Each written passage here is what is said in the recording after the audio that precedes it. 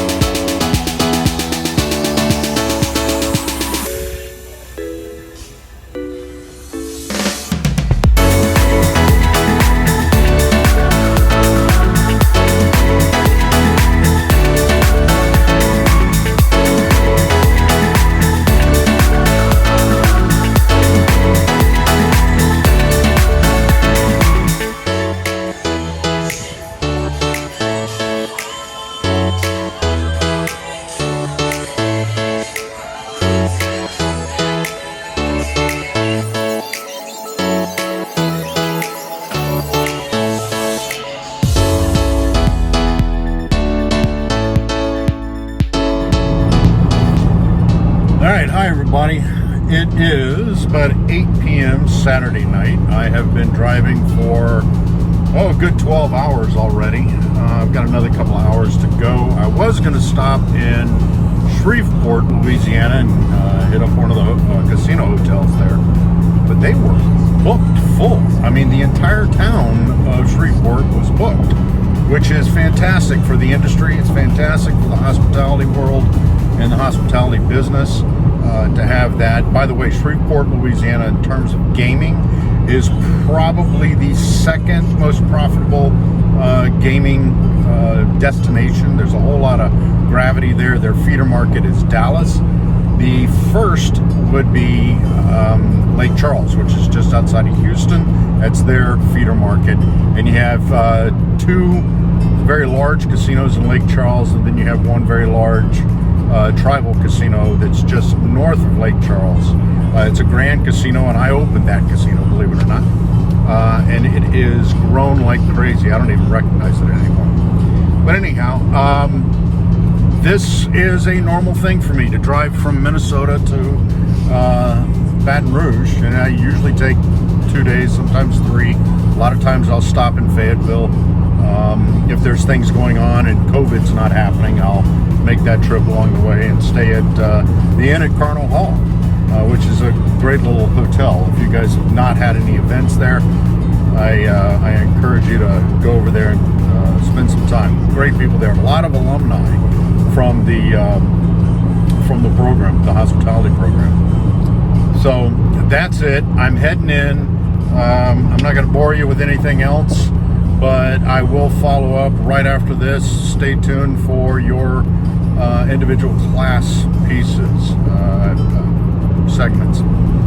So hope everybody is doing well and looking forward to a great week. And I'll have a little announcement coming up about something I'm going to do in the fall. I'm real excited about it. We'll talk soon. Thanks.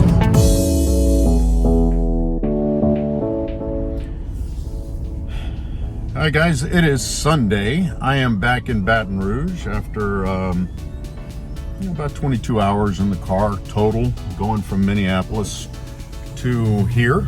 And I left just before the George Floyd case starts this coming week. So thankfully I'm out of that, but unfortunately my family is up there in the middle of it. We're far enough away to where it's not really going to affect us, but nevertheless, you just don't know what's going on. So I'll be keeping a close eye on that coming up. So let's see, what was I going to tell you guys? Oh yeah, as you know, I try to bring a lot of this, a lot of the things that we study to life, and show you examples from my life. So I was going through my classes and my notes, and specifically through global travel and tourism, and how we walk through all the stages of this. And I was like, well, how can I get this and bring it to life, really? So what I did is I started doing a little bit of research, and long story short, this coming fall, yours truly is going to climb Mount Kilimanjaro in Tanzania, Africa. And I'm going to walk you through and record every step of the way. I've managed to get in contact with the tour group that's going to help me, the Sherpas and the guides and what have you, and arranged for live updates to be broadcast either on YouTube or through Blackboard or something else. We're going to figure that one out.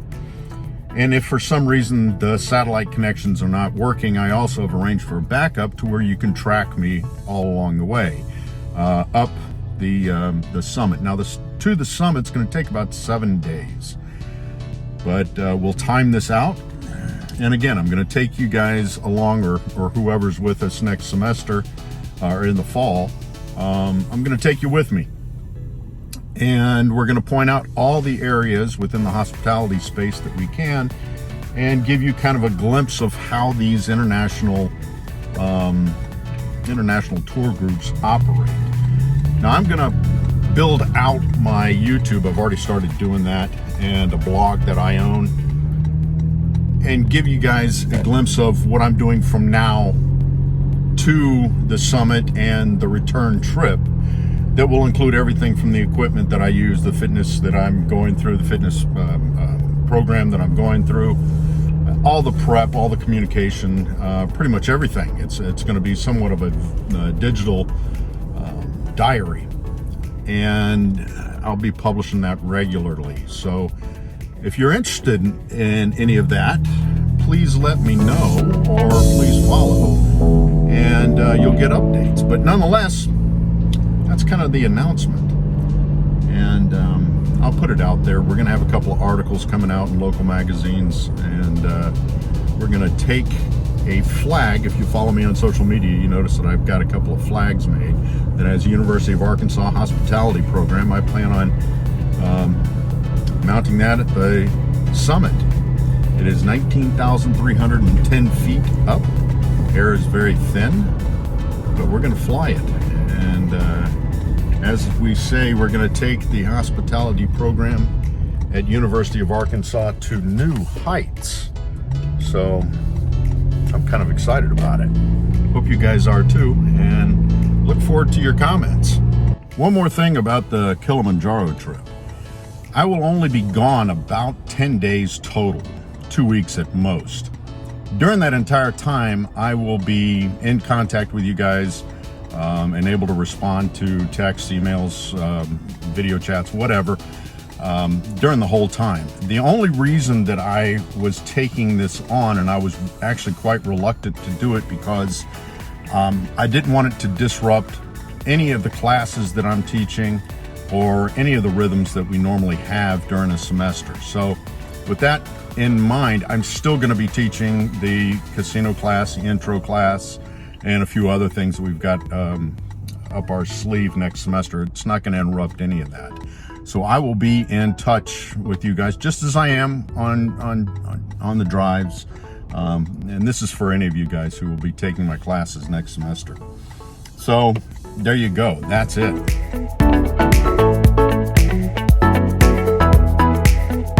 Hi guys, this week we're going to cover the second part of slot operations.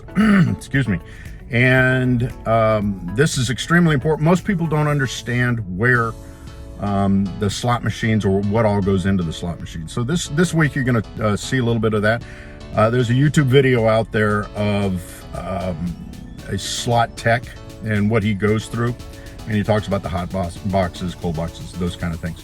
But take a look at all of that. And then you've got a spring break coming up Thursday and Friday. I hope you guys enjoy it. If any of you wander around or into a casino, let me know that and tell me your experiences there. I'll throw you some extra points if you need it. And if anybody has a favorite, I would love to see your brackets for March Madness and how you're doing on that. If any of you guys are in the middle of it, I may publish mine over this coming week, just so you can see how I did. And let me tell you, I'm not that big on basketball, but March Madness is fantastic. It's more money is going to be spent than ever before, thanks to the opening of jurisdictions for sports betting all across the country. And anyhow, this is just fun. It brings it to life, and you guys will be studying about sports betting towards the end of the semester. As always, if you need anything, give me a shout. You know how to reach me. Text, phone call, doesn't matter. FaceTime, Zoom, I'm here. And social media, of course, follow me there, and I'll be happy to reach out and reply.